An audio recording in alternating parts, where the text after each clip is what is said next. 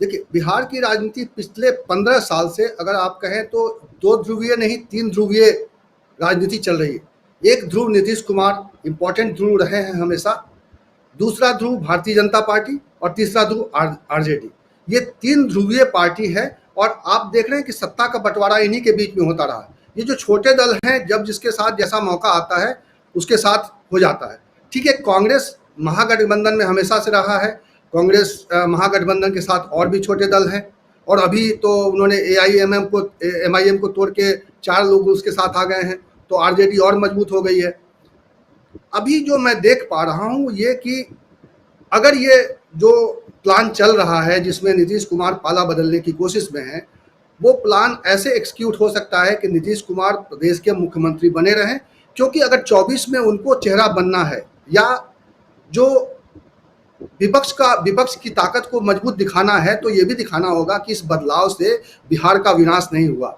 अगर फर्ज कीजिए बिहार में कोई नया चेहरा, तेजस्वी यादव का चेहरा या ऐसा कोई चेहरा, नया चेहरा लाया जाता है और उसके जरिए सरकार चलती है, कुछ गड़बड़ होती है तो 24 से पहले जनता का मोह भंग भी हो सकता है। लेकिन कोशिश ये होनी चाहिए, हो रही है मेरे ख्याल से, जो जानकारियां हैं उसमें कोशिश ये है, इसी पर सारा डील चल रहा है कि नीतीश कुमार चेहरा बने रहें और नीतीश कुमार के नेतृत्व में ही वहाँ काम हो, ताकि एक जो इमेज बने सरकार की बिहार में बदलाव के बाद, किस तरह से चीज़ें बेहतर हुई हैं, किस तरह से भारतीय जनता पार्टी से अलग होने के बाद जो सेकुलर पॉलिटिक्स है उसको एक खुला आकाश मिला है, इसको दिखाने की कोशिश होगी और इसी कोशिश के लिए ये सब कुछ चल रहा है। लेकिन अभी ये सब कुछ 11 तारीख और 12 तारीख तक का समय है। मेरे ख्याल से रक्षाबंधन 12 तारीख को है, तो 11 तारीख का ठीक है, आप करें 9-2-11 वाला फॉर्मूला है, लेकिन अब ये 12 तक का समय अभी होता है या ये 1 महीना और ये बर्दाश्त किया जाता है। दीपक जी ने बहुत ही क्लियरली कहा कि किस तरह से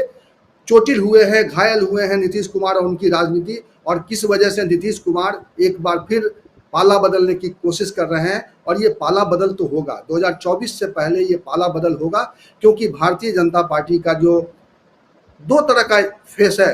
एक तो भारतीय जनता पार्टी चुनाव से पहले घबराती बहुत है, लेकिन चुनाव से पहले बहुत तैयारी के साथ दिखाई भी देती है। मैंने देखा है कई चुनावों में, आप देखेंगे आखिर में एक घबराहट भी उनके अंदर दिखाई देती है, उनकी भागदौड़ दिखाई देती है, और ये घबराहट उनमें दिख रहा है। और इसीलिए जब वो बोल रहे हैं पटना में जाकर कि अब एक ही पार्टी रहेगी, तो इससे एक बड़ी चुनौती हो गई क्षेत्रीय दलों के सामने, जो दीपक जी जिन्होंने इशारा किया इस बात की ओर।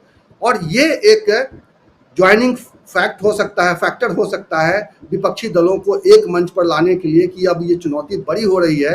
अब सिर्फ उनका कांग्रेस मुक्त भारत की बात नहीं है, वो विपक्ष मुक्त भारत चाहते हैं। और जिस तरह की वो राजनीति कर रहे हैं, अगर उस तरह की राजनीति उनकी चली, जिस तरह से राज्यों के मैंडेट में दखल दे रही है पार्टी, अगर वो उनका ये चलता रहा तो बाकी दलों को नुकसान पहुंचेगा, बाकी चेहरों को नुकसान पहुंचेगा, बाकी लोगों की राजनीति को नुकसान पहुंचेगा। और इसीलिए मुझे लगता है कि ये मैसेज जो है ये सभी दलों को हो रहा है और इसीलिए सभी दल जुट रहे हैं। अब देखना यह है कि नेतृत्व के सवाल पर उनके अंदर कोई बखेरा ना हो जाए, मुद्दे के सवाल पर उनके बखेरा ना हो जाए, क्योंकि विपक्ष की अपनी दिक्कतें हैं जो दिख रही हैं, और लगातार जिसकी वजह से विपक्ष जो है लोगों का सम्मोहन, लोगों का आकर्षण, लोगों का समर्थन नहीं प्राप्त कर पा रहा है।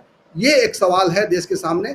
और बिहार से शायद कई बार बिहार से कोई एक रास्ता निकलता है। मुमकिन है कि इसी तरह का एक रास्ता बिहार दिखाए, क्योंकि हिंदी हार्टलैंड में हलचल तो है।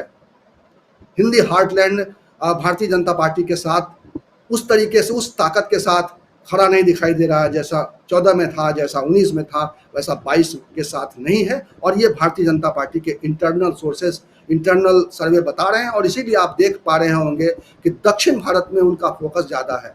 तेलंगाना में जो उन्होंने एक बड़ा कार्यक्रम किया, कार्य समिति की बैठक की, उसकी वजह यही है कि वो देख रहे हैं, उनको भी उनके जो सलाहकार हैं उनको सजेस्ट कर रहे हैं कि इधर से तुम गिरोगे, अब कहाँ संभल सकते हो उस पर ध्यान दो।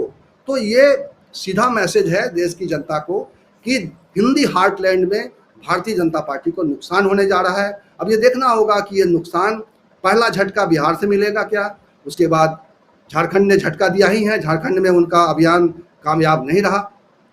तो देखिए 12 तारीख से पहले क्या होता है।